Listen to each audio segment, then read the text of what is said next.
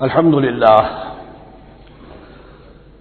للہ وکفى والصلاة والسلام على عباده الذین اصطفى خصوصا على افضلهم وخاتم النبیین محمد الامین وعلى آلہ وصحبہ اجمعین. اما بعد فقد قال اللہ تبارک وتعالی كما ورد في سورة البقرہ: اعوذ باللہ من الشیطان الرجیم بسم اللہ الرحمن الرحیم. الحج اشہر معلومات فمن فرض فیہن الحج فلا رفث ولا فسوق ولا جدال فی الحج وما تفعلوا من خیر یعلمہ اللہ وتزودوا فإن خیر الزاد التقوی واتقون یا اولی الالباب. صدق اللہ العظیم. پچھلے رکوع سے مناسک حج کا تذکرہ شروع ہو چکا تھا، اور اس کے ضمن میں خاص طور پر یہ کہ اگر کوئی حج کا احرام باندھ کر یا عمرے کا احرام باندھ کر سفر شروع کر دے اور کہیں درمیان میں ایسی رکاوٹ پیش آ جائے کہ اسے احرام کھولنا پڑے بغیر عمرہ کیے اور بغیر حج کیے، تو اس صورت میں کیا قواعد و ضوابط ہیں. اب جو یہ رکوع ہے 25واں، اس میں حج کا اصل فلسفہ، اس کی اصل حکمت، اس کی اصل روح کا بیان ہے. الحج اشہر معلومات، حج کے مہینے ہیں جو معلوم ہیں، یعنی جو بھی پہلے سے عرب میں رواج چلا آ رہا تھا اس کی توثیق ہو گئی کہ واقعتاً یہ اللہ تعالیٰ ہی کی طرف سے. تو حج کے جہاں تک ٹائمنگ کا تعلق ہے، مواقیت کا تعلق ہے، وہ گویا کہ اللہ تعالیٰ کی طرف سے توثیق فرما دی گئی. فمن فرض فیہن الحج، تو جو کوئی بھی اپنے اوپر لازم کر لے ان مہینوں میں حج کو، لازم کر لے سے مراد نیت پختہ کر لے، اور نیت پختہ کرنے کی علامت احرام باندھ لے. فمن فرض فیہن الحج، تو حج کے لیے جو اپنے اوپر لازم کر لے، فلا رفث ولا فسوق ولا جدال فی الحج. تو احرام کی حالت میں یہاں لفظ حج آیا ہے، ان میں سے پہلی قید جو ہے فلا رفث، تو کوئی شہوت کی بات نہیں ہونی چاہیے. میاں بیوی بھی ساتھ حج کر رہے ہیں تو احرام کی حالت میں وہی قید ہے کہ جو اعتکاف کی حالت میں ہے. باقی یہ کہ فسوق اور جدال، اللہ کی نافرمانی یا باہم جھگڑنا، اس لیے کہ بہت بڑی تعداد میں لوگوں کا اجتماع ہوتا ہے، سفر میں بھی لوگ ساتھ ہوتے ہیں، تو لوگوں کے غصوں کے پارے جلدی چڑھ جاتے ہیں. اس میں خاص طور پر روکا گیا کہ یہ ہے کہ اس میں امن ہو اور سکون ہو. اور آج بھی واقعہ یہ ہے کہ دنیا میں معجزات میں سے ہے یہ اتنی بڑی تعداد میں لوگوں کا جمع ہونا، اور وہاں امن رہتا ہے، وہاں وہ جنگ و جدال اور جھگڑا اور فساد وغیرہ قطع نظر نہیں آتا. یا تو یہ کہ پچھلے دنوں میں کچھ سیاسی اعتبار سے کوئی مہمیں اٹھائی گئی ہیں، یا یہ کہ کچھ چور اچکوں نے بھی جانا شروع کر دیا ہے وہاں پر، لیکن جھگڑا اور جو گالم گلوچ کی نوبت ہم نے اپنے آنکھوں سے نہیں دیکھی. اسے 5-6 مرتبہ حج کی سعادت حاصل ہوئی ہے. فلا رفث ولا فسوق ولا جدال فی الحج وما تفعلوا من خیر یعلمہ اللہ، اور جو خیر بھی تم اس کے دوران کرو گے اللہ کے وہ علم میں ہوگا. نوافل پڑھ رہے ہو، اضافی طواف کر رہے ہو، کوئی اور بھی جو کام کر رہے ہو، تو اس میں کسی اور کو دکھانے کی ضرورت نہیں ہے. اپنے خاموشی کے ساتھ انسان وہ اپنی جو بھی نیکی مزید کما سکے کمائے. جو بھی مناسک حج ہیں ان پر مستضاد. وَتَزَوَّدُوا فَإِنَّ خَيْرَ الزَّادِ التَّقْوَىٰ، اور سفر کے لیے زاد راہ ساتھ لے لیا کرو، اور بہترین زاد راہ تقویٰ ہے. اب اس آیت کے 2 معنی لیے گئے ہیں. ایک تو یہ کہ بہترین زاد راہ تقویٰ ہے، یعنی سفر میں آپ نے آزاد راہ خرچ کی شکل میں تو لے لیا، تقویٰ ہے نہیں، پھر کیا ہوگا؟ وہ تو صرف پیسہ خرچ کرنے کے لیے اچھا احرام لے لیں گے، اچھی جگہ لے لیں گے قیام کی، تو تقویٰ اگر نہیں ہے تو وہ حج تو حج ہی نہیں ہوگا. لیکن اس کا ایک دوسرا مفہوم جو ہے وہ بھی بہت اہم ہے کہ اگر انسان خود اپنا زاد راہ ساتھ نہ لے تو پھر وہاں مانگنا پڑتا ہے. تو تقویٰ سے مراد یہاں ہے سوال سے بچنا. بہتر یہ ہے کہ زاد راہ لے کر چلو، اور یہ کہ اس کے لیے تمہیں کسی کے سامنے سائل نہ بننا پڑے. اگر تم صاحب استطاعت نہیں ہو تو حج تم پر فرض ہی نہیں ہے. خامخواہ کو ایک شے جو تم پر فرض نہیں ہے اس کے لیے وہاں جا کر بھیک مانگنا، یا یہاں سے بھیک مانگ کر یا چندہ لے کر جانا، یہ تو قطعاً غلط حرکت ہے. وَتَزَوَّدُوا فَإِنَّ خَيْرَ الزَّادِ التَّقْوَىٰ وَاتَّقُونِ يَا أُولِي الْأَلْبَابِ، اور یقیناً میرا ہی تقویٰ کرو، مجھ ہی سے ڈرو اے ہوش مندو. لیسا علیکم جناح ان تبتغوا فضلا من ربکم، اس میں تم پر کوئی حرج نہیں ہے، کوئی گناہ نہیں ہے کہ تم حج کے سفر کے دوران اپنے رب کا فضل بھی تلاش کرو۔ آدمی ہندوستان سے پاکستان سے جا رہا ہے، اسے ایسی اجناس لے جائے تجارت کے لیے جو وہاں پر بیچ کر کچھ نفع حاصل کر لے، تو یہ تقویٰ کے منافی نہیں ہے۔ اگر وہاں پر کوئی کاروبار کر سکو کرو۔ فَإِذَا أَفَضْتُم مِّنْ عَرَفَاتٍ، تو پھر جب تم عرفات سے واپس لوٹو، اس لیے کہ اصل حج جو ہے وہ عرفہ ہے، الحج العرفہ۔ حج کے بقیہ تمام مناسک رہ جائیں، صرف عرفہ میں شمولیت ہو جائے، قیام عرفہ میں تو حج ہو گیا، باقی جو چیزیں رہ گئی ہیں اس کا جو بھی اس کا کفارہ ہے، اس کا جو دم دینا ہے وہ دے دیا جائے، لیکن عرفہ سے اگر آدمی رہ گیا عرفات کے قیام سے تو پھر حج نہیں ہوا۔ اب یہاں سے جب لوٹتے ہو تو فاذکروا اللہ عند المشعر الحرام، یہ ٹائم ٹیبل نوٹ کر لیجئے کہ اصل میں 8 کی شام کو مکے سے نکلتے ہیں 8 ذی الحج کو، اور رات مینا میں گزارتے ہیں۔ پھر 9 کا دن ہے اصل یوم عرفہ، 9 ذی الحج، صبح کو نکلتے ہیں، قافلے چلتے ہیں اور کہیں دوپہر تک، اور دوپہر سے بھی ہو سکتا ہے تاخیر ہو جائے، لیکن کوشش ہوتی ہے کہ ظہر سے پہلے پہنچ جایا جائے، لیکن ظہر اور عصر دونوں ملا کر پڑھ لی جائیں عرفات میں داخل ہونے سے پہلے۔ اسی لیے جو مسجد ہے عرفات کے میدان سے ملحق وہ عرفے کے اندر شامل نہیں ہے، وہ اس کی حدود سے باہر ہے، تو اصل اس کا افضل یہی ہے کہ ظہر اور عصر ملا کر وہاں پڑھی جائیں، اور اس کے بعد سے غروب آفتاب تک قیام ہے، وہ عرفات کا قیام ہے، اس میں کوئی نماز نہیں، یعنی جو روایتی جو عبادت ہے اس کے سب دروازے بند۔ اب تو اگر دعا کی آپ کے اندر ایک روح پیدا ہو چکی ہے، اپنے رب سے ہم کلام ہو سکتے ہیں، اور آپ کو حلاوت مناجات حاصل ہو گئی ہے، تو دعا مانگتے رہیے، بس یہی ہے دعا۔ قیام عرفہ جو ہے کھڑے ہو کر بیٹھے ہوئے جس طرح بھی ہو اللہ سے مناجات کرو، یا پھر یہ کہ اگر اس میں کبھی ہو جائے کسی وجہ سے تو آدمی تلاوت کرے، لیکن یہ کہ عام نماز نہیں۔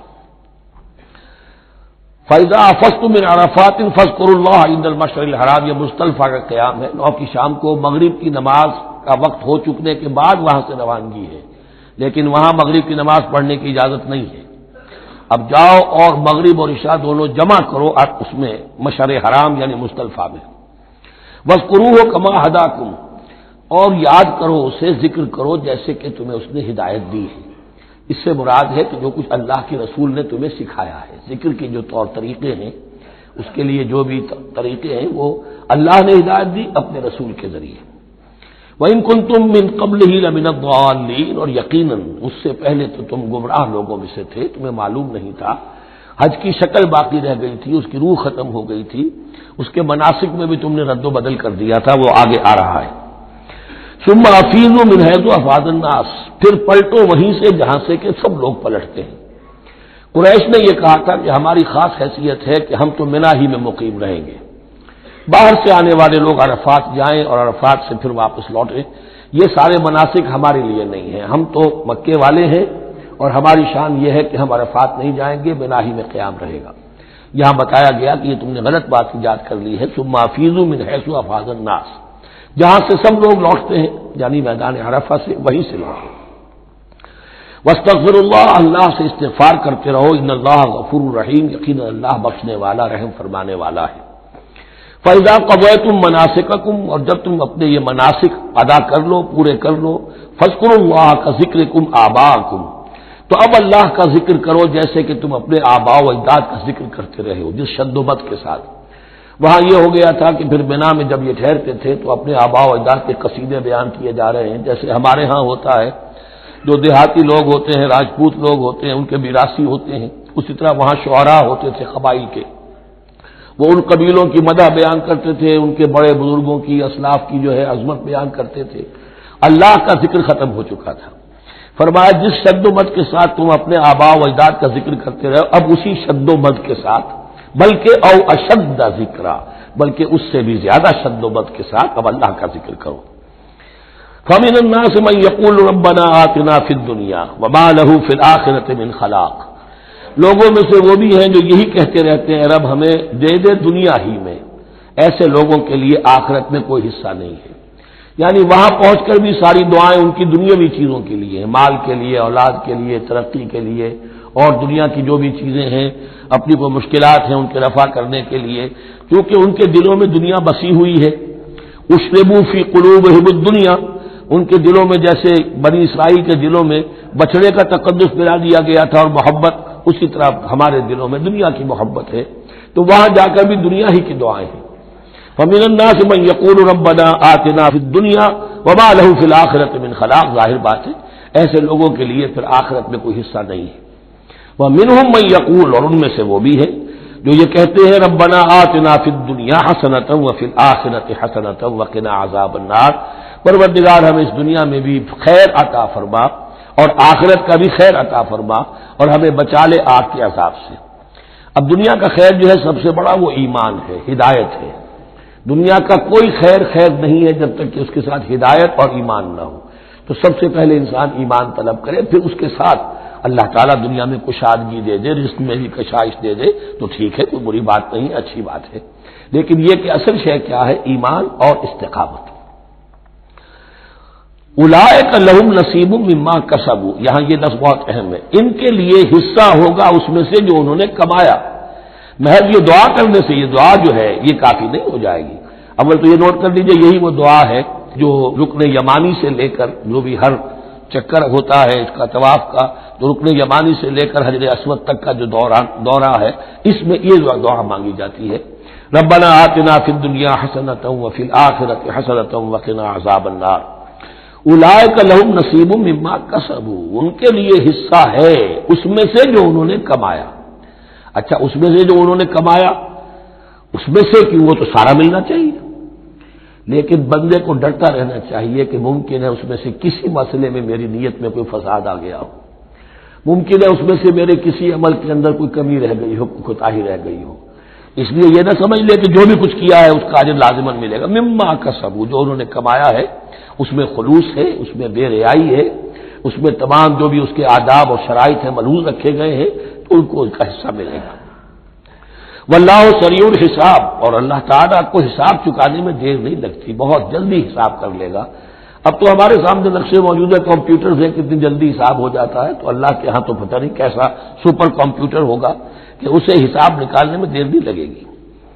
وَاذْكُرُوا اللَّهَ فِي أَيَّامٍ مَّعْدُودَاتٍ، اور ذکر کرو اللہ کا گنتی کے چند دنوں میں۔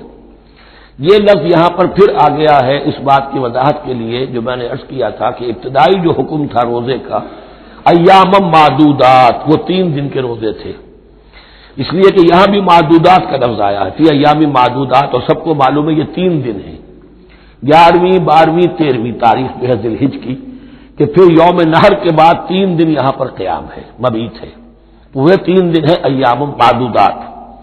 فمن تعجل فی یومین، تو جو کوئی 2 دن ہی میں جلدی سے واپس آ جائے فلا اثم علیہ، یعنی 3 دن پورے نہیں کرتا، 2 دن ہی میں واپسی کو اختیار کر لیتا تو کوئی گناہ اس پر نہیں ہے۔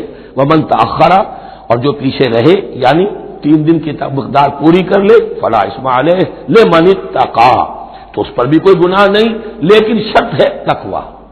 جو 2 دن میں چلا گیا تقوی تھا تو بھی اللہ تعالیٰ کے ہاں اس کا اجر محفوظ ہے، جو 3 دن رہا تقوی ہے، تیسرے دن اس نے کچھ اور ہی حرکتیں نہ شروع کر دی ہوں، جی اکتایا ہوا ہے اور طبیعت کے اندر جو ہے وہ ٹھہراؤ نہیں ہے، تو وہ تیسرا دن اس کے لیے کچھ خاص مفید نہیں ثابت ہوگا، لیکن یہ کہ اصل شے جو ہے اللہ کے ہاں جو چیز کے شرط لازم ہے قبولیت کے لیے وہ تقوی ہے۔ لمن اتقی واتقوا اللہ واعلموا انکم الیہ تحشرون، اور اللہ کا تقوی اختیار کرو اور یہ مستحضر رکھو اپنے ذہن میں کہ تمہیں اسی کی جانب جمع کر دیا جائے گا، تم سب کے سب ہانک کر لے جاؤ گے اسی کی جناب میں۔ وَمِنَ النَّاسِ مَن يُعْجِبُكَ قَوْلُهُ فِي الْحَيَاةِ الدُّنْيَا، اب یہ منافقین میں سے ایک گروہ کا خاص ایک تذکرہ ہو رہا ہے۔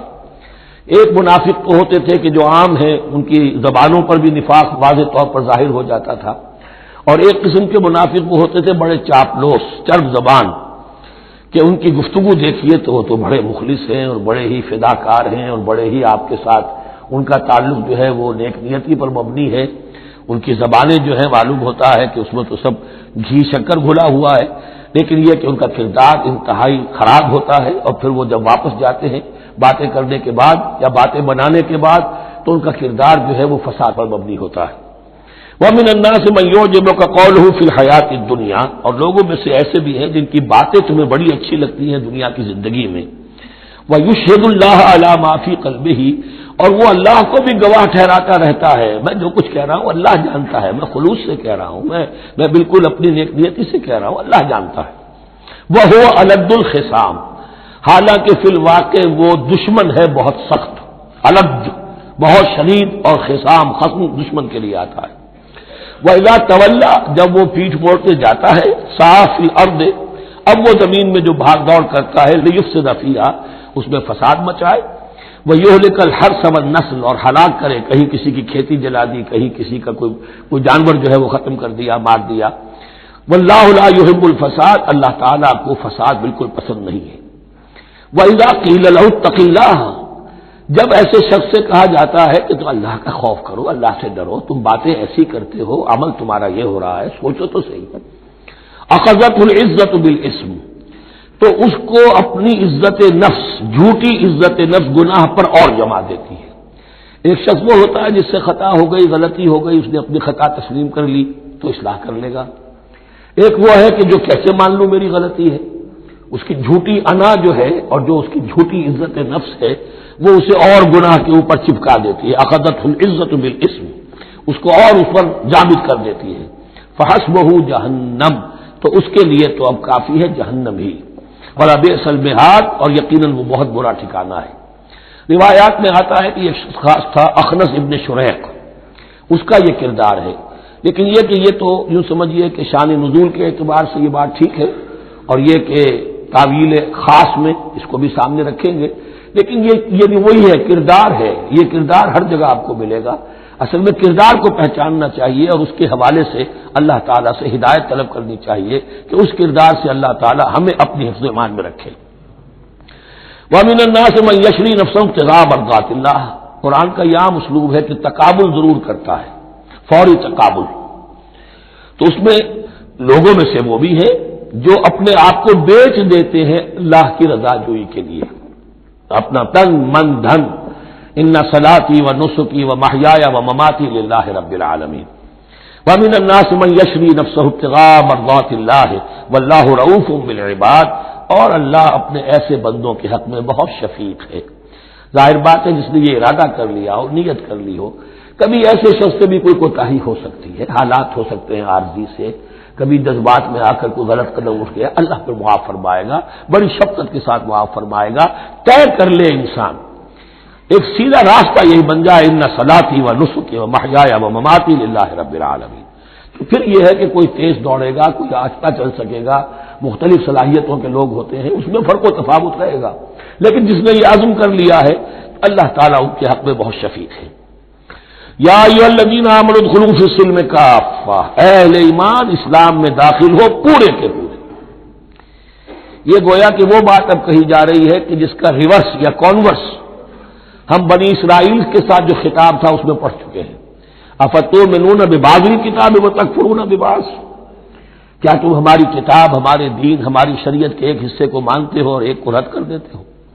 فما جزاء من يفعل ذلك منكم الا خزي في الحياة الدنيا ويوم القيامة يردون الى اشد العذاب، تو جو کوئی بھی تم میں سے یہ روش اختیار کرے گا اس کی کوئی سزا اس کے سوا نہیں ہے کہ دنیا میں ذلت اور خواری ان پر مسلط کر دی جائے اور قیامت کے دن شدید ترین عذاب میں جھونکیے۔ اس کو اب مثبت پیرائے میں مسلمانوں سے کہا جا رہا ہے، یا ایھا الذین آمنوا ادخلوا فی السلم کافہ، ریزرویشنز کے ساتھ نہیں، ایکسیپشنز کے ساتھ نہیں، اللہ کی بندگی تو کرنی ہے، اس معاملے میں نہیں، اللہ کے حکم تو ماننا ہے لیکن یہ حکم نہیں میں مان سکتا، یہ ایک کی بھی نفی جو ہے وہ گویا کہ کل کی نفی ہو جائے گی۔ ادخلوا فی السلم کافہ، ٹیک اٹ اور لیو اٹ، یہ پیکج ڈیل ہے، اس میں جزوی بات نہیں ہو سکتی۔ ولا تتبعوا خطوات الشیطان، اور دیکھو شیطان کے قدموں کی پیروی نہ کرو، اس کے نشانات راہ جو ہیں، اس کے نشانات قدم جو ہیں ان کی پیروی نہ کرو۔ انہ لکم عدو مبین، وہ تو یقیناً تمہارا بڑا کھلا دشمن ہے۔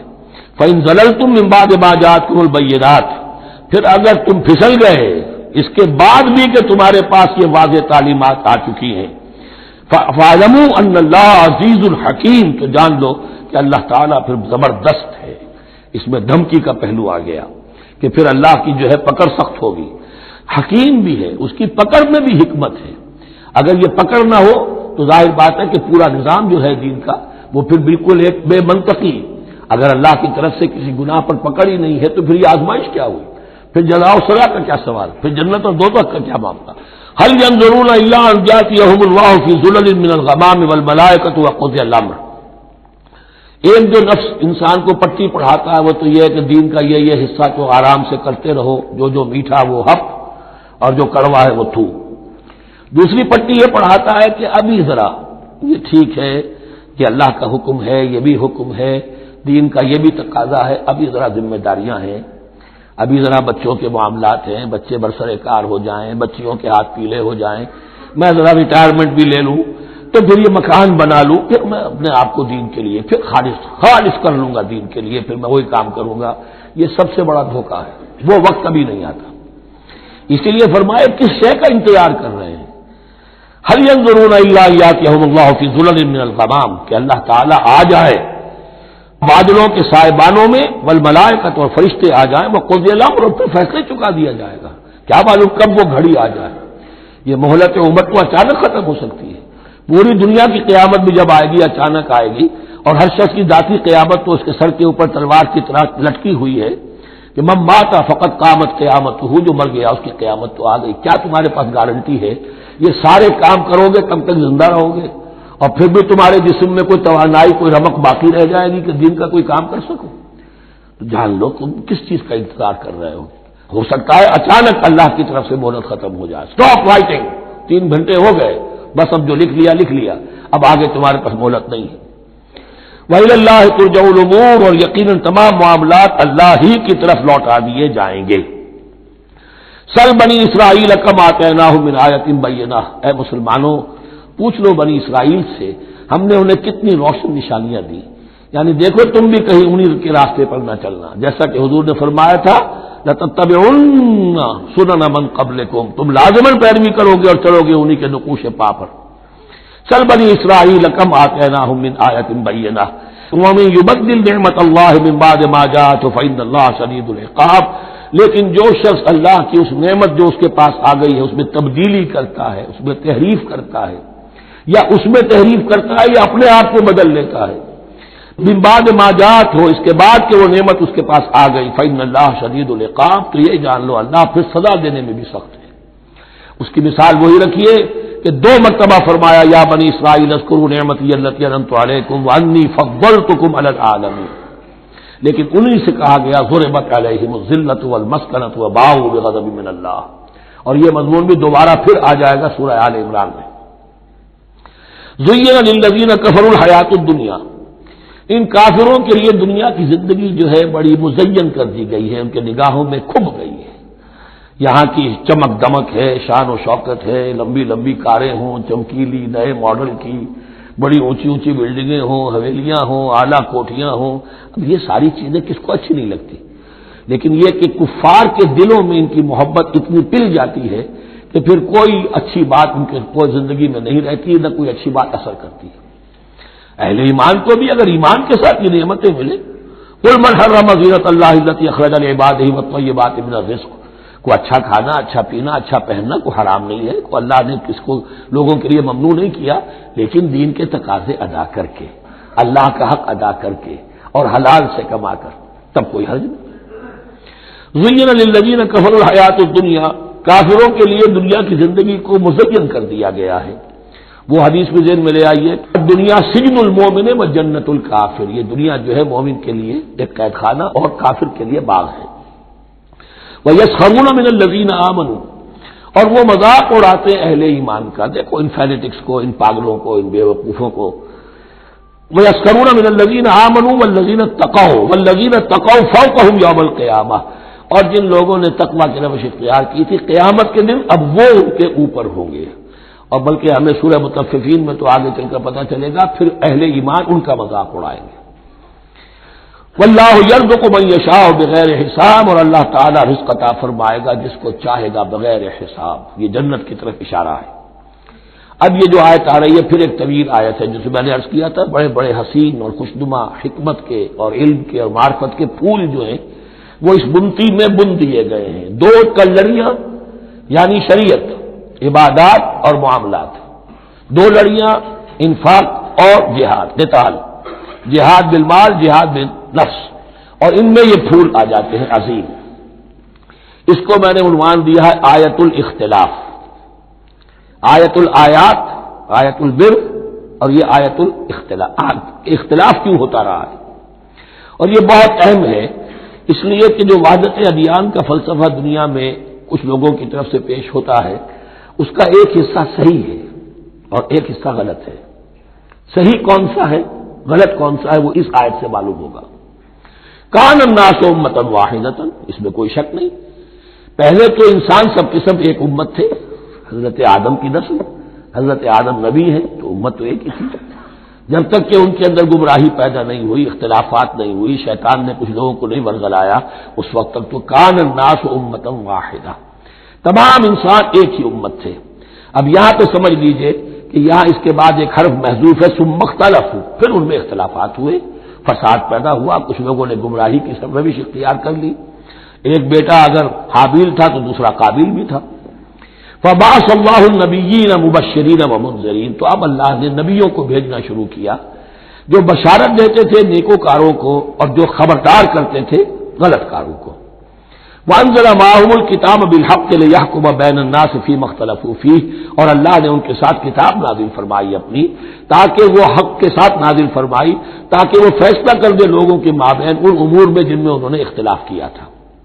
وَمَا اخْتَلَفَ فِيهِ إِلَّا الَّذِينَ أُوتُوهُ مِن بَعْدِ مَا جَاءَتْهُمُ الْبَيِّنَاتُ بَغْيًا بَيْنَهُمْ، اور پھر جو اختلاف کیا ان میں سے تو نہیں کیا اختلاف کرنے والوں نے مگر جن کو کہ وہ کتاب دی جا چکی تھی، ہدایت دی جا چکی تھی، من بعد ما جاءتهم البینات، اور اس کا سبب کیا تھا؟ بغیم بینہم، یہ لفظ میں نے پہلے بھی نوٹ کروایا تھا، بغیم بینہم، دی ارج ٹو ڈومینیٹ، صدم صدہ، سارا فساد دنیا میں جو ہوتا ہے دی ارج ٹو ڈومینیٹ، آدمی جو ہے میں اس کی بات کیوں مانوں، یہ کیوں نہ میری مانے، یہ ہے کہ جس میں جو بھی سربراہی اور بالادستی حاصل کرنے کی جو ایک انسان کے اندر ایک ہے امنگ ہے، یہ امنگ رکھی گئی ہے انسان میں، جہاں انسان کے اندر اچھے میلانات رکھے گئے، برے بھی رکھے گئے، نفس بھی تو انسان ہی میں ہے، اس لیے کہ انہی کی درمیان حق و باطل کی کشمکش چلتی ہے انسان کے باطن میں، حق و باطل کی ایک کشاکش انسان کے باطن میں چلتی ہے، ایک خارج میں چلتی ہے۔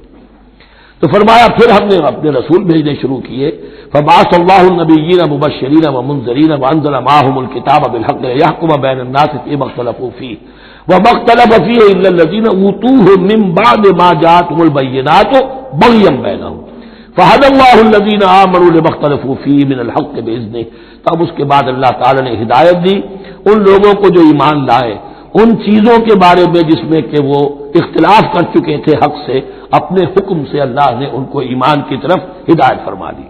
واللہ یہدی من یشاء الی صراط مستقیم، اور اللہ ہدایت دیتا ہے جس کو چاہتا ہے سیدھے راہ کی طرف۔ لیکن اس کا دوسرا ترجمہ یہ بھی ہوگا اللہ ہدایت دیتا ہے اس کو جو چاہتا ہے، من یشاء، من یشاء میں اللہ کی مشیت بھی ہے اور جو ہدایت کا طالب ہوتا ہے، واللہ یہدی من یشاء، جو چاہتا ہے ہدایت کا طالب ہوگا، یہ اللہ کے ذمے ہے، اللہ نے اسے اپنے اوپر ایک ذمہ داری سمجھا ہے کہ اس کو یقیناً ہدایت دے گا۔ والذین جاہدوا فینا لنہدینہم سبلنا، جو ہمارے راستے میں کوششیں کریں گے، حق کی طرف بڑھنا چاہیں گے، ہم لازماً ان کو راستہ دکھائیں گے، اپنے راستوں کی طرف ان کی رہنمائی کریں گے، یہ اللہ نے اپنے ذمے لیا۔ ام حسبتم، اب بڑی سخت آیت آ رہی ہے، یہ بھی بڑی لرزا دینے والی آیت ہے۔ اب دیکھیے صحابہ کرام میں سے ایک بڑی تعداد تھی کہ جو مکے کی سختیاں جھیل کر آئے تھے، مہاجرین، ان کے لیے تو اب جو بھی مراحل آئندہ آنے والے تھے وہ کوئی ایسے ثقیل نہیں تھے، ایسے مشکل نہیں تھے، وہ سختیاں تو وہاں نہیں انہوں نے جھیلنی تھی کہ جو کہ مکے میں مہاجرین نے جھیلی تھی۔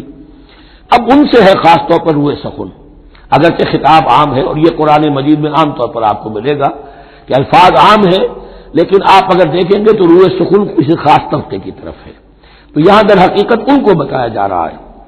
ام حسبتم ان تدخلوا الجنہ، کیا تم نے یہ سمجھا تھا کہ جنت میں داخل ہو جاؤ گے؟ ولما یاتکم مثل الذین خلوا من قبلکم، حالانکہ ابھی تک تو تمہارے اوپر وہ حالات و واقعات تو وارد ہی نہیں ہوئے جو ان پر ہوئے تھے جو تم سے پہلے تھے۔ مستہم الباساء، انہیں آ لیا پہنچی ان کو سختی بھوک کی، والضراء اور تکالیف، وزلزلوا اور وہ ہلا مارے گئے، حتی یقول الرسول والذین آمنوا معہ متی نصر اللہ، یہاں تک کہ پکار اٹھا وقت کا رسول اور جو ان کے ساتھ اہل ایمان تھے، کب آئے گی اللہ کی مدد، الا ان نصر اللہ قریب، اب انہیں یہ خوشخبری دی گئی کہ آگاہ ہو جاؤ اللہ کی مدد قریب ہے۔ یعنی اللہ آزماتا ہے، یہ وہی بات ہے جو اس سے پہلے آ چکی ہے 19ویں رکوع میں بالکل شروع میں، وَلَنَبْلُوَنَّكُمْ بِشَيْءٍ مِّنَ الْخَوْفِ وَالْجُوعِ وَنَقْصٍ مِّنَ الْأَمْوَالِ وَالْأَنفُسِ وَالثَّمَرَاتِ، ہم لازماً آزمائیں گے۔ یہ کوئی پھولوں بھرا راستہ نہیں ہے، پھولوں کی سیج نہیں ہے، حق کا راستہ ہے، یہ کانٹوں بھرا بستر ہے، کانٹوں بھرا راستہ ہے، اس کے لیے ذہناً تیار ہو جاؤ۔ در رہے منزل لیلا کہ خطر ہاست بسے، شرط اول قدمی نس کے مجنو باشی، دیکھ سمجھ کر آؤ۔ ام حسبتم ان تدخلوا الجنة ولما يأتكم مثل الذين خلوا من قبلكم مستهم البأساء والضراء وزلزلوا حتى يقول الرسول والذين آمنوا معه متى نصر الله ألا إن نصر الله قريب۔ یہ آیت پھر مسلمانوں کو، صحابہ کرام کو سورہ صف میں یہ خوشخبری سنائی گئی جبکہ غزوہ احزاب واقع ہو چکا تھا اور شدید ترین امتحان سے محمد الرسول اللہ اور ان کے صحابہ گزر چکے تھے کامیابی کے ساتھ، تب انہیں خوشخبری دی گئی ہے۔ سورہ صف اس وقت نازل ہوئی ہے، وَأُخْرَىٰ تُحِبُّونَهَا نَصْرٌ مِّنَ اللَّهِ وَفَتْحٌ قَرِيبٌ۔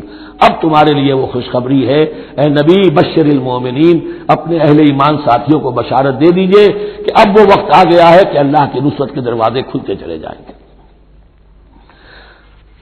یسألونک ماذا ينفقون، یہ آپ سے پوچھ رہے ہیں کہ وہ کیا خرچ کریں، جو انفاق کے لیے کہا جا رہا ہے کیا خرچ کریں۔ تو انسان جو بھی بھلائی کے لیے خرچ نکالے اس میں سب سے پہلا حق کن کا ہے؟ قل ما انفقتم من خیر، کہہ دیجئے جو بھی تم خرچ کرو خیر میں سے، دولت میں سے، مال اسباب میں سے، فللوالدین، سب سے پہلا جو حق ہے وہ والدین کا ہے، والاقربین اور رشتہ داروں کا ہے، والیتامى اور یتیموں کا ہے، والمساکین اور محتاجوں کا ہے، وابن السبیل اور مسافر کا ہے، وما تفعلوا من خیر فإن اللہ بہ علیم، اور جو بھی خیر تم کماؤ گے، جو کام بھی اچھا کرو گے، جان لو وہ اللہ کے علم میں ہے۔ یہ ضرورت نہیں ہے کہ دنیا واقف ہو اس سے، تمہیں اگر اللہ سے لینا ہے تو اللہ تو رات کے اندھیرے میں بھی دیکھ رہا ہے، اور تمہارے داہنے ہاتھ میں جو کچھ دیا ہے بائیں کو پتہ نہیں چلا تو اللہ کو تو پھر بھی پتہ چل گیا۔ اب یہ سخت آیت اور آ گئی، کتب علیکم القتال، اب میں نے کہا تھا نا کہ یہ لڑیاں جو ہیں چونکہ بٹی ہوئی ہیں تو ایک لال اور ایک پیلی اور ایک ہری اور ایک نیلی، تو یہ نظر آتی ہے ایک طرف سے کہ کٹے ہوئے ہیں رنگ، ان کو کھول دیں گے تو ہر لڑی مکمل ہو جائے گی، ایک گویا کہ تسلسل ہے۔ کتب علیکم القتال وہو کرہ لکم، مسلمانوں اب تم پر جنگ فرض کر دی گئی ہے اور وہ تمہیں گراں گزر رہی ہے۔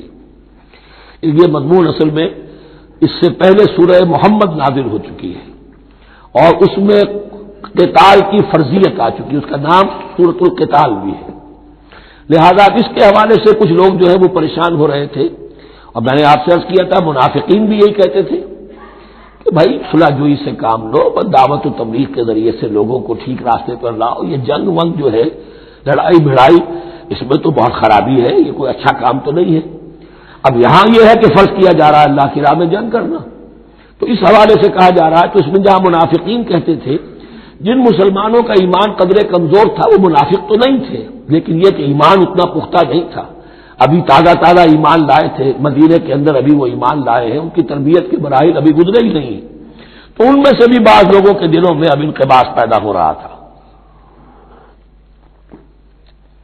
کتب علیکم القتال وہو کرہ لکم، تم پر، اب دیکھیے کتبہ کا لفظ آ گیا ہے، کتب علیکم الصیام، کتب علیکم القصاص فی القتلى، کتب علیکم اذا حضر احدکم الموت ان ترک خیرا الوصیہ، وصیت کا حکم آیا کتبہ، روزے کا حکم آیا کتبہ، اسی طریقے سے فرضیت قتال ہے۔ کتب علیکم القتال وہو کرہ لکم، وہ تمہیں بری لگ رہی ہے، وعسیٰ ان تکرہوا شیئا، اور ہو سکتا ہے کہ تم کسی شے کو ناپسند کرو، وہو خیر لکم، حالانکہ اسی میں تمہارے لیے خیر ہو، وعسیٰ ان تحبوا شیئا وہو شر لکم، اور ہو سکتا ہے کہ تم کسی چیز کو پسند کرو ذرا حالانکہ وہ تمہارے لیے شر ہو، واللہ یعلم وانتم لا تعلمون، اللہ جانتا ہے تم نہیں جانتے۔ تم اپنی عقل پر ایمان نہ رکھو، تم اللہ کی وحی پر ایمان رکھو، تم اللہ کے رسول پر ایمان رکھو، جس وقت کے لیے جو حکم موضوع تھا اس وقت وہ حکم تھا، کفو ایدیکم، 14 برس تک تمہیں قتال سے منع کیا گیا، اب فرض ہو رہا ہے قتال، اب تمہارے لیے لازم وقت کا جو ہے امر الحال کو پہچانو. واللہ یعلم وانتم لا تعلمون یسألونک عن الشہر الحرام قتال فیہ. اب جب جنگ کا حکم شروع ہو گیا تو اب وہ پوچھتے تھے کہ یہ جو مہینے حرمت والے ہیں، حج کا ہے، عمرے کا ہے، تو اس میں جنگ کرنا کیسا ہے؟ اس لیے کہ سیرت میں یہ واقعہ آتا ہے، وقت نہیں ہے تفصیل سے میں بیان کر سکوں کہ نخلا کی وادی میں ایک مقابلہ ایسا پیش آ گیا تھا کہ وہ رجب کا مہینے کا بھی دن تھا اور اس میں ہی کوئی قتال ہو گیا، مسلمانوں کے ہاتھوں ہوا یا مسلمانوں کے اوپر ایسی سچویشن ہو گئی کہ انہیں مجبوراً وہ کام کرنا پڑا. اس پر شور اٹھا دیا، دیکھو ان لوگوں کا کیا حال ہے، بنے پھرتے ہیں اللہ والے، رسول والے، دین والے، آخرت والے، اور ان کا حال یہ ہے کہ یہ حرمت والے مہینے کو انہوں نے بٹا لگا دیا، اس میں جنگ کی ہے. یہ اصل میں ان حضرات کی طرف سے گویا کہ اللہ تعالیٰ اپنے ان مومن بندوں کی طرف سے خود صفائی پیش کر رہے ہیں. یسألونک عن الشہر الحرام قتال فیہ، یہ پوچھتے ہیں آپ سے حرمت والے مہینوں میں قتال کا حکم. قل قتال فیہ کبیر، کہہ دیجیے ہاں حرمت والے مہینے میں جنگ کرنا بہت بڑی بات ہے، یعنی بہت بڑا گناہ ہے، لیکن وصد عن سبیل اللہ وکفر بہ والمسجد الحرام واخراج اہلہ منہ اکبر عند اللہ. یہ بھی تو دیکھو کہ جن لوگوں نے وہ جرم کیے ہیں کہ جنہوں نے اللہ کے راستے سے روک دیا، اللہ کا کفر کیا، مسجد حرام کے راستے روک دیے مسلمانوں کے لیے، اب یہ نہیں جا سکتے، بیت اللہ میں عبادت نہیں کر سکتے، اخراج اہلہ منہ، اس میں سے لوگوں کو نکلنے پہ مجبور کر دیا مکے کے مسلمانوں کو، اکبر عند اللہ، گناہ تو وہ بھی ہے لیکن یہ کہیں بڑا گناہ ہے اللہ کے نزدیک. تو سینس آف پروپورشن ہونا چاہیے کہ کس چیز کے مقابلے میں کس شے کی برائی ہے. والفتنۃ اکبر من القتل، یہ پہلے بھی آ چکا ہے، والفتنۃ اشد من القتل، اب آیا والفتنۃ اکبر من القتل. فتنہ ہر وہ کیفیت ہے جس میں صاحب ایمان کے لیے ایمان پر قائم رہنا اور اسلام پر عمل کرنا مشکل ہو جائے. آج کا پورا معاشرہ فتنہ ہے، اسلام پر عمل کرنا مشکل ہے. بدماشی کے راستے کھلے ہوئے ہیں، حرام خوری کے راستے کھلے ہوئے ہیں، حلال عقل حلال دانتوں پسینہ آئے تو شاید نصیب ہو. شادی کے نکاح کے راستے بند کیے ہوئے ہیں، یہ شرطیں ہیں اور یہ شرطیں ہیں اور یہ شرطیں ہیں اور یہ ہے اور یہ چیزیں ظالمی ہیں، اور زنا کے راستے کھلے. جائیے جس معاشرے کے اندر جب غلبہ باطل کا ہوگا حق پر چلنا ممکن نہیں رہے گا. وہ جو باطل کا غلبہ ہے وہ سب سے بڑا فتنہ ہے. والفتنہ تو اکبر من القتل، فتنہ جو ہے بہت بڑی شے ہے قتل کے مقابلے میں. ولا یزالون یقاتلونکم حتی یردوکم عن دینکم ان استطاعوا، اور سن لو یہ لوگ تم سے جنگ کرتے رہیں گے یہاں تک کہ لوٹا دیں تمہیں اپنے دین سے، اگر وہ کر سکتے ہوں. وہ تو تلے ہوئے ہیں اس پر کہ تمہیں لوٹا کر لے جائیں گے اپنے دین سے. یہاں اشارہ ہو رہا ہے مشرکین مکہ کی طرف، کیونکہ اب یہ تمہید چل رہی ہے سورہ بقرہ کے اندر غزوہ بدر کے لیے. اب اس کے بعد غزوہ بدر ہونے والا ہے، اس کے لیے ذہنی تیاری. ولا یزالون یقاتلونکم حتی یردوکم عن دینکم ان استطاعوا، وہ تو اپنی سے کوشش کرتے رہیں گے کہ تمہیں تمہارے دین سے پھرا کر لوٹا کر واپس لے جائیں اگر ان میں طاقت ہے. ومن یرتد منکم عن دینہ، اور سن لو جو بھی کوئی تم میں سے پھر گیا، مرتد ہو گیا اپنے دین سے، فیمت، اور اسی حالت میں اس کی موت آ گئی، وہو کافر، کہ وہ کافر ہی تھا، فاولئک حبطت اعمالهم فی الدنیا والآخرہ، تو یہ وہ لوگ ہوں گے کہ جن کے تمام اعمال دنیا اور آخرت میں حبط ہو گئے. پہلے کتنے ہی نیکیاں کی ہوئی تھیں، کتنے ہی نمازیں پڑھی ہوئی تھیں، کتنا ہی جو ہے انفاق کیا تھا، صدقات دیے تھے، کچھ بھی کیا، سب کا سب زیرو ہو جائے گا. وَأُولَٰئِكَ أَصْحَابُ النَّارِ هُمْ فِيهَا خَالِدُونَ، اور وہ ہوں گے جہنم والے اور رہیں گے اس میں ہمیشہ ہمیشہ. ان الذين آمنوا والذين هاجروا وجاهدوا في سبيل الله اولئك يرجون رحمت اللہ واللہ غفور رحیم. یقیناً وہی لوگ جو ایمان لائے اور جنہوں نے ہجرت کی اور جہاد کیا اللہ کی راہ میں، یہ وہ لوگ ہیں جو اللہ کی رحمت کے امیدوار ہیں. بڑا لطیف طنز ہے ان پر. جا رہے ہیں حرام کے راستے پر، اللہ رحمت فرمائے گا. اللہ رحمت نہیں فرماتا، اللہ کی رحمت کا مستحق بننا پڑتا ہے. اللہ کی رحمت کا مستحق وہی ہے. ان الذین آمنوا والذین ہاجروا وجاہدوا فی سبیل اللہ اولئک یرجون رحمت اللہ.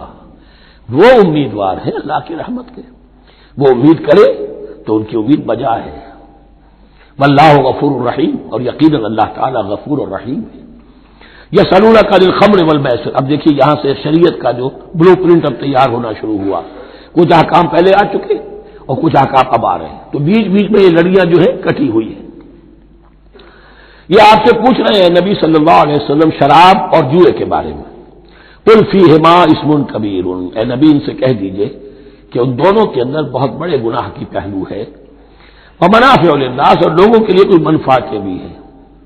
واسمہما اکبر من نفعہما، اور ان کا جو گناہ کا پہلو ہے وہ نفع کے پہلو سے بڑا ہے. بس یعنی اشارہ کر دیا کہ چھوڑ دو اس کو. اب تمہاری عقل سلیم کے حوالے معاملہ ہے، حقیقت تم پر کھول دی گئی. یہ ابتدائی حکم ہے لیکن حکم کے پیرائے میں نہیں. بس یہ ہے کہ کچھ فائدے بھی ہیں. وہ تو ہے میں سے غرض نشاط ہے کچھ روسیہ کو، ایک گونا بے خودی مجھے دن رات چاہیے، اور میں کدے کی راہ سے ہو کر گزر گیا ورنہ سفر حیات کا بےحد طویل تھا. یہ حکمت سمجھ لیجئے کہ جوئے میں اور میسر میں کیا چیز مشترک ہے کہ دونوں کو جمع کیا گیا. شراب میں بھی انسان حقائق سے اپنے آپ کو منقطع کرتا ہے اور محنت سے جی چراتا ہے. doesn't want to see the facts، مواجہہ کرنے کو تیار نہیں، فیس کرنے کو تیار نہیں ہے bitter facts آف لائف کو. تو میں ایک گونا بے خودی مجھے دن رات چاہیے. اور جوا بھی محنت کی نفی ہے. چانس داؤ لگاؤ. ایک ہے محنت سے ایک آدمی کما رہا ہے، مشقت کر رہا ہے، کھوکھا ہے یا کوئی چھابڑی لے کے جا رہا ہے یا کچھ اور کام ریڑھی چلا رہا ہے، وہ اپنی کوئی کمائی کر رہا ہے. اور ایک یہ داؤ لگاؤ، داؤ سے کمانا، چانس پر کمانا، یہ بھی محنت کی نفی ہے. تو یہ دونوں کے اندر اصل میں علت ایک ہی ہے. یسألونک عن الخمر والمیسر قل فیہما اسم کبیر ومنافع للناس واسمہما اکبر من نفعہما ویسألونک ماذا ينفقون قل العفو. اور یہ پوچھتے ہیں کتنا خرچ کریں، انفقوا انفقوا انفقوا وانفقوا فی سبیل اللہ ولا تلقوا بایدیکم الی التہلکہ، یہ آیت پر کل پڑھ چکے ہیں. اپنے آپ کو اپنے ہاتھوں ہلاکت میں نہ جھونکو. کتنا خرچ کرے، کچھ ہمیں مقدار بھی بتا دی جائے. فرمایا قل العفو، جو بھی تمہاری ضرورت سے زائد ہے. اللہ یہ بھی نہیں کرتا کہ اپنی ضرورتوں کو بھی تم پیچھے ڈال دو، نہیں، ضرورتیں اپنی پوری کرو. پھر جو اب تمہارے پاس ہے، اب یہ سمجھیے کہ جو ایک کمیونسٹ فلسفی ہے اس میں بھی ایک اصطلاح سرپلس ویلیو. ایک سرپلس ویلیو یہ ہے عفو، جو تمہاری ضروریات سے زائد ہے، یہ سرپلس ویلیو ہے، یہ اللہ کی راہ میں دے دو. اس کو بچا کر رکھنا جو ہے اللہ پر آپ بے اعتمادی کا اظہار کر رہے ہیں کہ اللہ کل نہیں دے گا مجھے، میں بچا کے رکھوں. یسألونک ماذا ينفقون قل العفو. لیکن اس میں یہ ہے کہ ضرورتیں کتنی ہیں، کیا ہے، اس کا کوئی پیمانہ مقرر نہیں کیا. یہ ہے باطنی روح جس کے اندر اللہ کی محبت اور آخرت کا ایمان بڑھتا جائے گا، وہ اتنا ہی اپنی بیلٹ ٹائٹ کرے گا، اپنی ضرورتیں کم کرے گا، اپنے معیار زندگی کو پست کرے گا اور زیادہ سے زیادہ جو ہے اللہ کی راہ میں دے گا. یہ اصول یہ ہے کہ ہر شخص یہ دیکھے کہ جو میری ضرورت سے زائد ہے اسے میں ریٹین نہ کروں، اسے میں دوں. اس انفاق پر پورے 2 رکوع آگے آنے والے ہیں سورہ مبارکہ میں. کذالک یبین اللہ لکم الآیات لعلکم تتفکرون. اسی طرح اللہ تعالی اپنی آیات تمہارے لیے واضح کر رہا ہے تاکہ تم تفکر کرو، غور کرو فی الدنیا والآخرہ. تمہارا یہ غور دنیا کے بارے میں بھی ہونا چاہیے، آخرت کے بارے میں. دنیا میں بھی اسلام رہبانیت نہیں سکھاتا، نہ کھاؤ نہ پیو، چلے کشی کرو، چلے جاؤ جنگلوں میں، نہیں. اسلام متمدن زندگی کی تعلیم دیتا ہے. گھر گھرستی ہے، شادی کرو، بیوی بچوں والے رہو، ان کے بھی حقوق کو ادا کرو، ان کا بھی پیٹ تمہیں پالنا ہے. تو تفکر فی الدنیا والآخرہ، آخرہ کے لیے. لیکن یہ کہ اس میں ریشیو پروپورشن رہنی چاہیے. دنیا کی کتنی قدر و قیمت ہے، آخرت کی کتنی قدر و قیمت ہے، اس کو جان لو. اسی کے حساب سے ایلوکیشن اگر نہیں ہے تو پھر یہ کہ سینس آف پروپورشن اگر غلط ہو گیا تو ظاہر بات ہے کہ پھر ہر چیز تلپٹ ہو جائے گی. ایک دوا کے نسخے میں کوئی چیز زائد تھی، کوئی کم تھی، آپ نے جو کم تھی اسے زیادہ کر دیا، جو زائد تھی کم کر دیا، تو اب ہو سکتا ہے کہ یہ نسخہ شفا نہ رہے، نسخہ ہلاکت بن جائے. وَيَسْأَلُونَكَ عَنِ الْيَتَامَىٰ، اور یہ آپ سے پوچھ رہے یتیموں کے بارے میں. قُلْ إِصْلَاحٌ لَهُمْ خَيْرٌ، اے نبی ان سے کہہ دیجئے ان کے لیے ان کی مصلحت کو پیش نظر رکھنا یہ ہے کہ جو بہتر ہے، نیکی ہے، بھلائی ہے. اصل میں سورہ بنی اسرائیل کی آیت جو ہے وہ لوگوں کے سامنے تھی.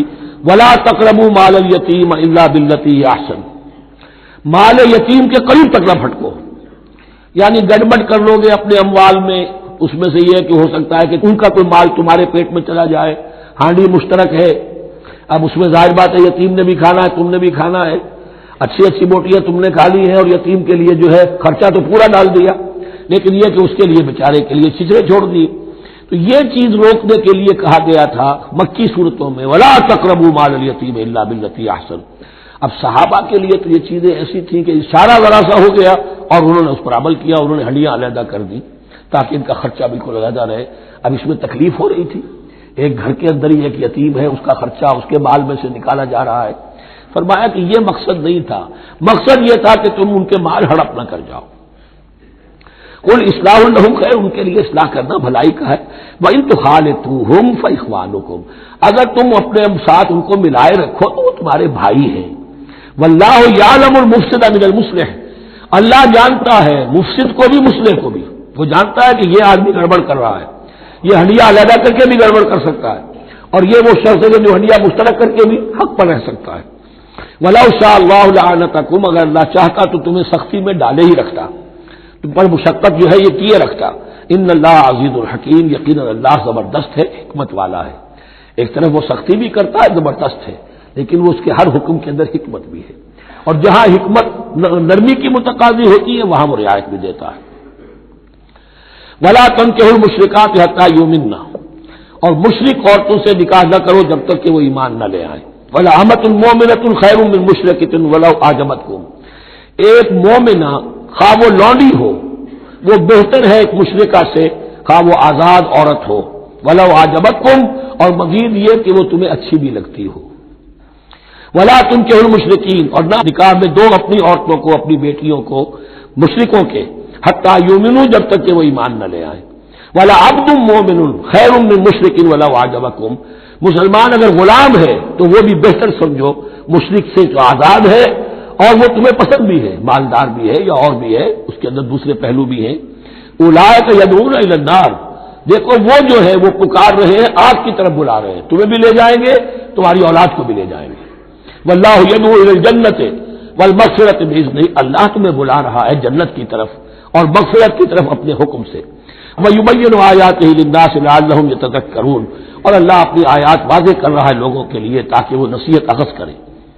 وَيَسْأَلُونَكَ عَنِ الْمَحِيضِ، اور وہ عورتوں کے ایام ماہواری کے بارے میں آپ سے سوال کر رہے ہیں. قُلْ هُوَ أَذًى، کہہ دیجئے وہ ایک ناپاکی بھی ہے اور ایک تکلیف کا مسئلہ بھی ہے.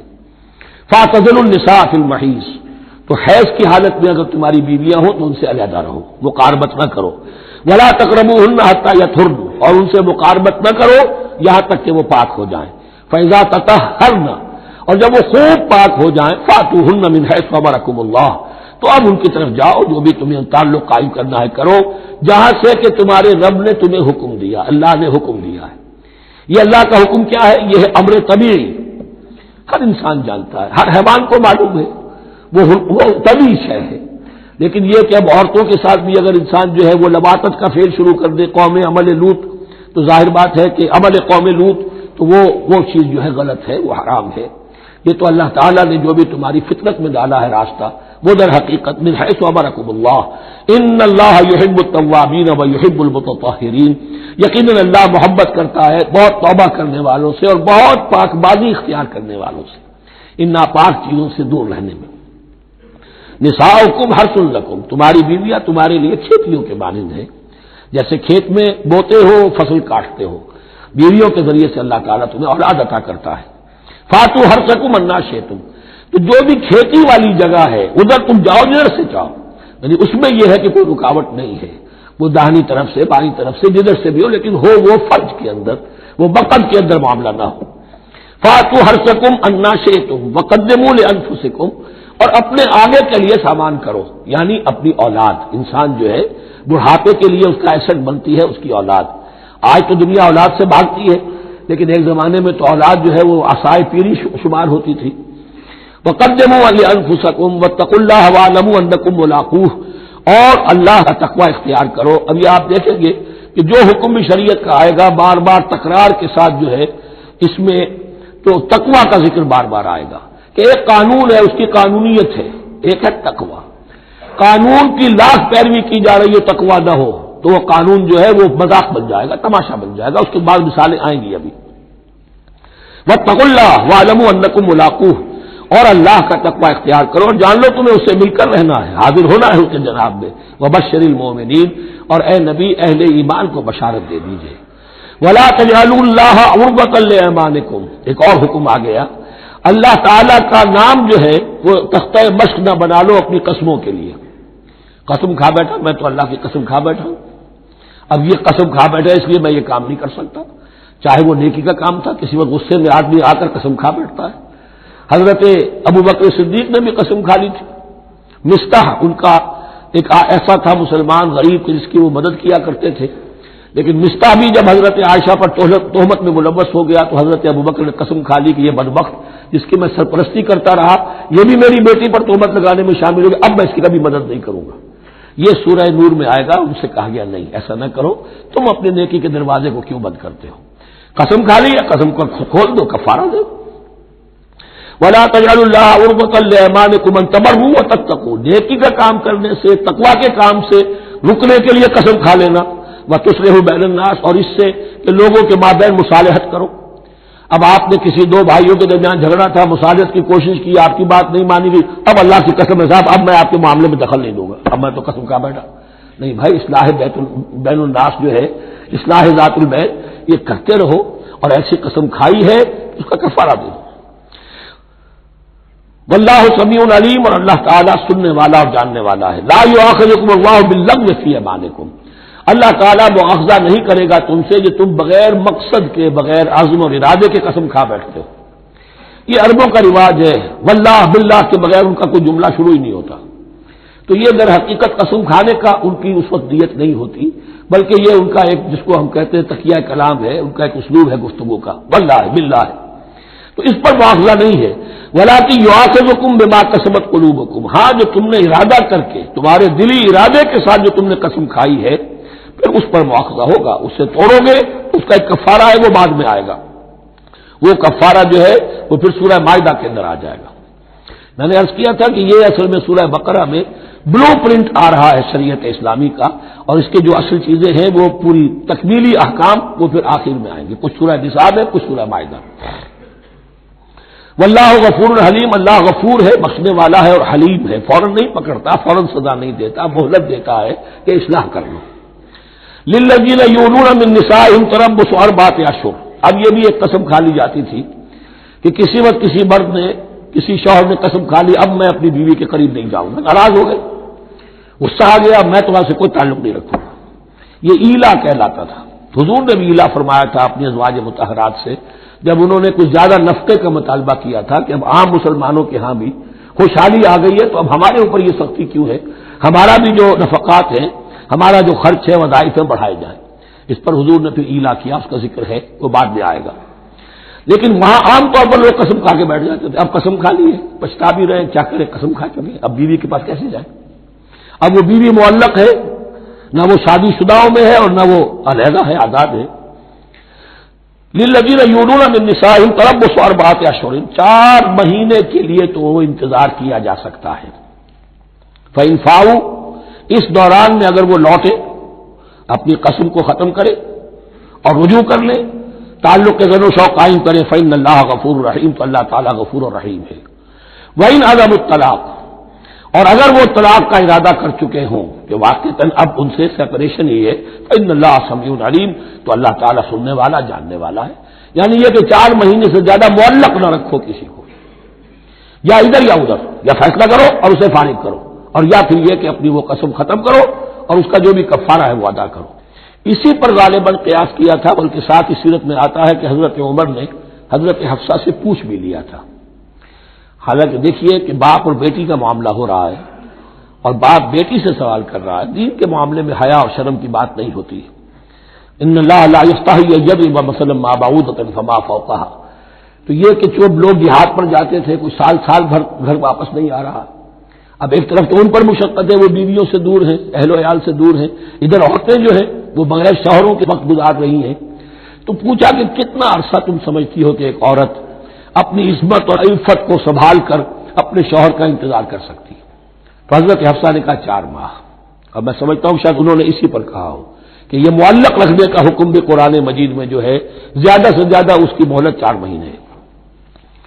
والمطلقات یتربصن بانفسهن 3 قروء، اور جنہیں طلاق دے دی جائے ان پر لازم ہے کہ وہ اپنے جیوں کو روکے رکھیں 3 حیض تک. یہ عدت ہے، طلاق کے بعد 3 مہینے کی عدت ہے. اس عدت میں یا تو شوہر رجوع کر لے گا اگر 1 یا 2 طلاقیں ہیں، تیسری طلاق ہو گئی تو رجوع کا حق نہیں ہے، وہ بعد میں بات آ جائے گی. اور اسی میں چاہے تو اس کے بعد جب مدت ختم ہو جائے گی تو پھر اب شوہر کا حق ختم ہو جائے گا، اب وہ آزاد ہوگی، لیکن اس مدت کے اندر وہ دوسری شادی نہیں کر سکتی. والمطلقات یتربصن بانفسهن 3 قروء ولا يحل لهن ان يكتمن ما خلق الله في ارحامهن، اور ان کے لیے یہ حلال نہیں ہے، جائز نہیں ہے کہ وہ چھپا لیں جو کچھ کہ اللہ نے پیدا کر دیا ہو ان کے ارحام میں. اگر حمل ٹھہر گیا ہے اور بیوی کو ڈر ہے کہ اب یہ شوہر تو طلاق دے دے گا، وہ اپنا حمل چھپا رہی ہے تاکہ پتہ ہی نہ چلے اس کو، کیونکہ وہ چاہے گی کہ بچہ میرے پاس رہے، بچہ بچی جو بھی ہو. ظاہر بات ہے کہ بچہ اور بچی جو ہے وہ ماں کے لیے تو جگر گوشہ ہے، اس کے جسم کا ٹکڑا ہے، اس کے جسم کا لوتھڑا ہے، تو وہ چھپانے کی ٹینڈنسی ہوتی ہے کہ وہ جھگڑا ہی نہ اٹھے. ولا يحل لهن ان يكتمن، ان کے لیے جائز نہیں ہے کہ وہ چھپائیں ما خلق اللہ فی ارحامهن، جو کچھ کے پیدا کر دیا ہے اللہ نے ان کے رحموں میں. ان كن يؤمن بالله واليوم الاخر، اگر وہ فی الواقع ایمان رکھنے والی ہے اللہ پر اور یوم آخر پر. وبعولتهن احق بردهن في ذلك ان ارادوا اصلاحا، اور یہ جو عدت کی مدت ہے اس میں ان کے شوہروں کو حق حاصل ہے، زیادہ حقدار ہے کہ انہیں لوٹا لیں. اسے رجعت کہتے ہیں، رجوع کیا جا سکتا ہے عدت کے اندر لیکن تیسری طلاق کے بعد نہیں. پہلی طلاق، دوسری طلاق، اس کے بعد دونوں میں جو عدت ہوگی اس میں رجوع کر سکتا ہے شوہر، اس کا اختیار ہے. بیوی کو نہ کہنے کا اختیار نہیں ہے کہ اب تم طلاق دے چکے ہو، اب میں تمہاری بات ماننے کو تیار نہیں ہوں، اس کا اسے حق نہیں ہے. اسے پھر وہ مرد کا جو حق ہے وَبَعُولَتُهُنَّ أَحَقُّ بِرَدِّهِنَّ، وہ زیادہ حقدار ہے کہ انہیں لوٹا لے.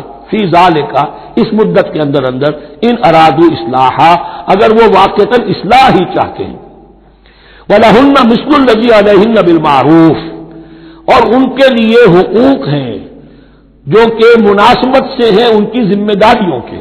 وَلِلرِّجَالِ عَلَيْهِنَّ دَرَجَةٌ، اور مردوں کو ان پر ایک درجہ فوقیت کا، ایک درجہ فضیلت کا، ایک درجہ حقوق کا حاصل ہے. واللہ عزیز الحکیم، اور اللہ زبردست ہے اور حکمت والا ہے. یہ آیت اصل میں اس زمانے میں بہت مس انٹرپریٹ ہوئی ہے اور بعض مترجمین نے بھی ترجمہ غلط کیا ہے. یعنی اس کا یہ ترجمہ کرنا لہن مثل الذی علیہن، ان کے بھی حقوق مردوں پر ویسے ہی ہیں جیسے مردوں کے حقوق ہیں ان پر، تو یہ تو مساوات ہو گئی. اور مساوات جو اسلامی شریعت میں مرد اور عورت کے درمیان، شوہر اور بیوی کے درمیان نہیں ہے. مراد کیا ہے؟ لام اور اعلیٰ کا جو استعمال ہوتا ہے عربی میں، لام کسی کے حق کے لیے اور اعلیٰ کسی کی ذمہ داری کے لیے. لہن ان کے لیے حقوق ہیں، مثل الذی علیہن جیسے کہ ان پر ذمہ داریاں ہیں. اللہ تعالیٰ نے جیسے ذمہ داری مرد پر ڈالی ہے ویسے حقوق اس کو دیے ہیں. جیسی ذمہ داری عورت پر ڈالی ہے اس کی مناسبت سے کورسپونڈنگلی پروپورشنیٹ جو ہے اس کو بھی حق دے دیے ہیں. اور اس بات کو کھول دیا مساوات کہاں سے آئے گی جب کہہ دیا وَلِلرِّجَالِ عَلَيْهِنَّ دَرَجَةٌ، اور مردوں کو ان پر ایک درجہ حاصل ہے، فوقیت کا درجہ حاصل ہے. واللہ عزیز الحکیم، اب یہ تمہیں پسند ہو تب بھی اور ناپسند ہو تب بھی اللہ تعالی عزیز ہے، حکیم ہے، وہ سب کچھ جاننے والا ہے اور وہ زبردست ہے، جو چاہے حکم دے، اور حکیم ہے، حکمت والا ہے، اس کا حکم حکمت پر مبنی ہے. بارک اللہ لی ولکم فی القرآن العظیم ونفعنی وإیاکم بالآیات والذکر الحکیم.